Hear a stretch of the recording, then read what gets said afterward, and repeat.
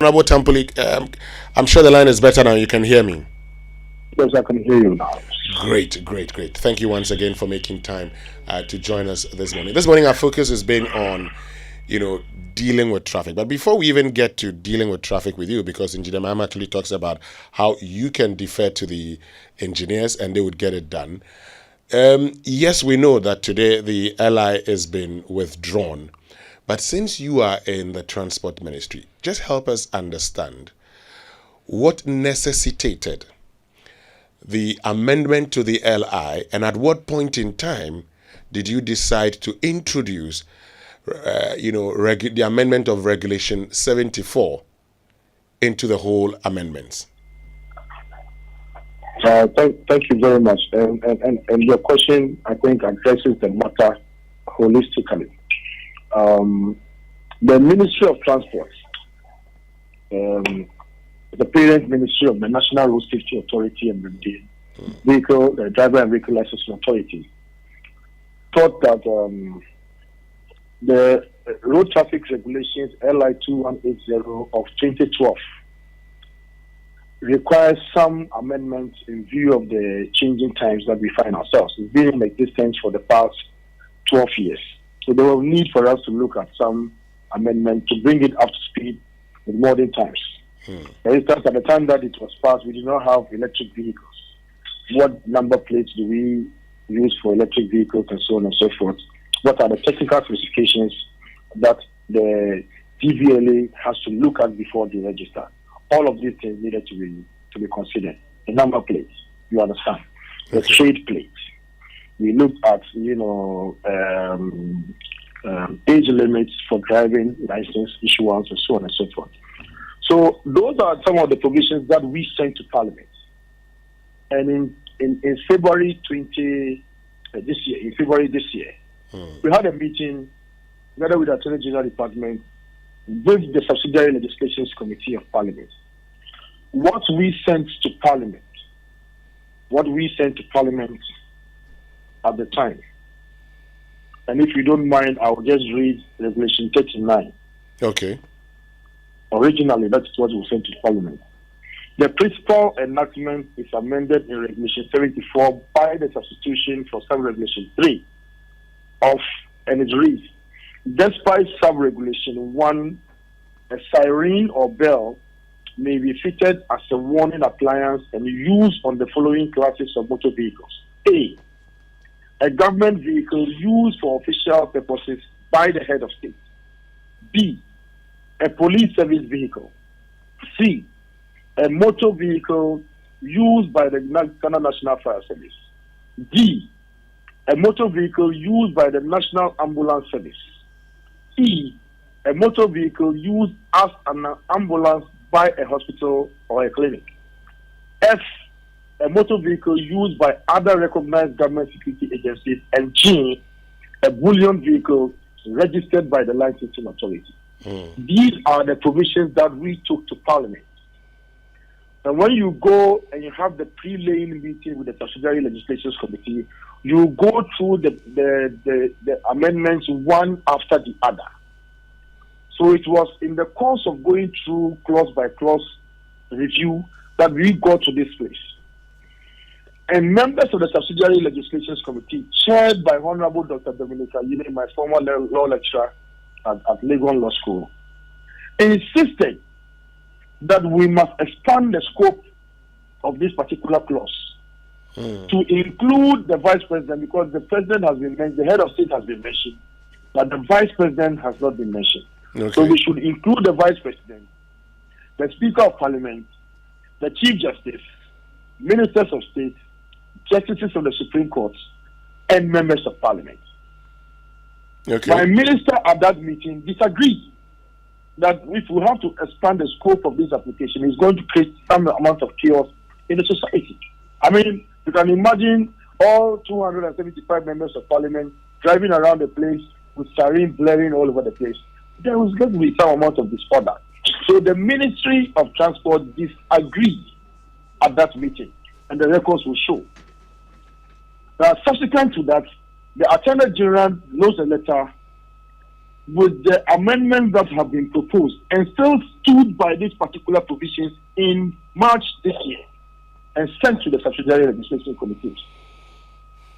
Now, the committee insisted that we must include those particular amendments that have been proposed to include all this category of officers. Now, on the day that I was detailed by the minister to go and do the laying of the instruments, when I rose to lay the instruments, I was stopped by the chairman of the Statutory Legislation Committee, and the video is there for everybody to see, on the 14th of June. And so I was stopped in my tracks, and Speaker directed that we should let the chairman of the committee verify.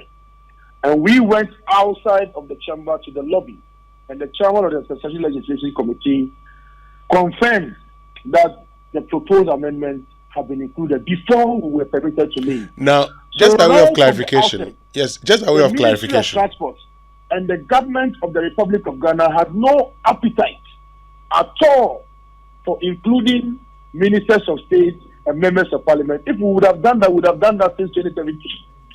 It's not, 6 months, to elections that anybody wants to give some privileges to members of parliament and to ministers of state. We would have done it long before now. You understand? So these provisions were not originally from members from the government of the Republic of Ghana. It came from parliament, and nobody among the Statutory Legislation Committee can say that it didn't come from there. And we are happy. So just by way of clarification, Honorable Tampuli, you say the members of the Subsidiary Legislation Committee proposed this. You understand? So this is the original position of this government, and we are happy to be withdrawing this particular LI following the public uproar. Okay, so let me just get a clarification. The members of the Subsidiary Legislation Committee were the ones who proposed the addition of the Vice President, Speaker, Ministers, MPs, Chief Justice, and Justices of the Supreme Court, right? Yes, please. Which members proposed this? On this one, I'm not sure I have the capacity to mention it, but that committee is chaired by the minority and chaired by Honorable Dr. Dominic Ayini. I'm sure if you speak to him, he would confirm what I'm telling you.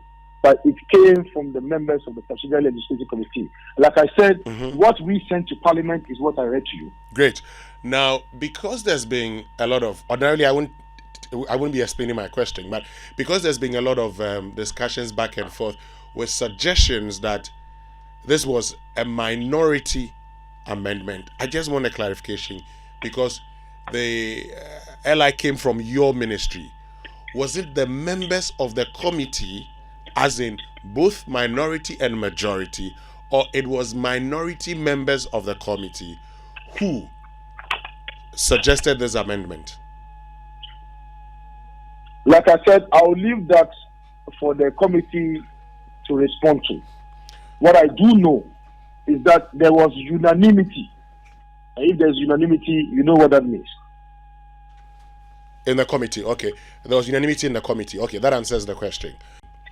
Now, you've heard this morning Cecil Gabra and Engineer Mahama talk about how to deal with the traffic situation. Now, the members of parliament had raised concerns about the traffic situations in the country. What plans does the ministry have in dealing with this?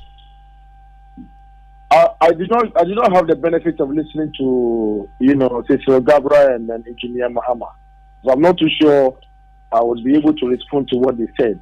But what it says is that the Ministry of Transport is in close collaboration with this sector agency, National Road Safety Authority, to every now and again review the existing traffic architecture in Accra and to make proposals for the improvement of the traffic situation in Accra. And sometimes, and the way that we think that the amendment was proposed, as if it's supposed to take out those of us who are in the decision-making echelons of society from getting involved in the traffic situation. All of us have to sit in the traffic and then find solutions to it. So we sit in the traffic, and this is exactly what we are doing. And I believe that the National Road Safety Authority is still in the process of, rolling out more and more ingenious ways of dealing with the traffic situation in Accra and other cities across the country. What happens to the bus rapid transit? We tried it previously, didn't work. Are we finding ways of retuning it and bringing it back? Yeah, that is also work in progress. The bus rapid transport system is a collaborative exercise between the Ministry of Transport, Ministry of Local Government and Rural Development, as well as the Regional Coordinating Council. We have seen that some of the buses have been deployed in Accra, some are in Kumasi, and then some are in other regional capitals. Tamale, I've seen one in Wa already, and there was one in Northeast region as well. So we've deployed them. All right. What is left is to re-engineer and reconfigure the road network. Mm-hmm. And we need to place some amount of smart technologies to be able to address traffic light situation that will give more or less priority access to large occupancy buses against private vehicles, so that many more people will have the appetite to ride on the buses, park their cars, for instance, at Adenta terminal, and then ride on the bus all the way to Accra. If you have to proceed to other places, then you may catch, ride hailing, and then when you are returning, you just ride on the bus. So what we have to do is to do the dedicated bus lane, and that also requires some intervention from the Ministry of Roads and Highways. All right, Hassan Tampuli, thank you very, very much for joining us. We're grateful to you. Very grateful to you as well.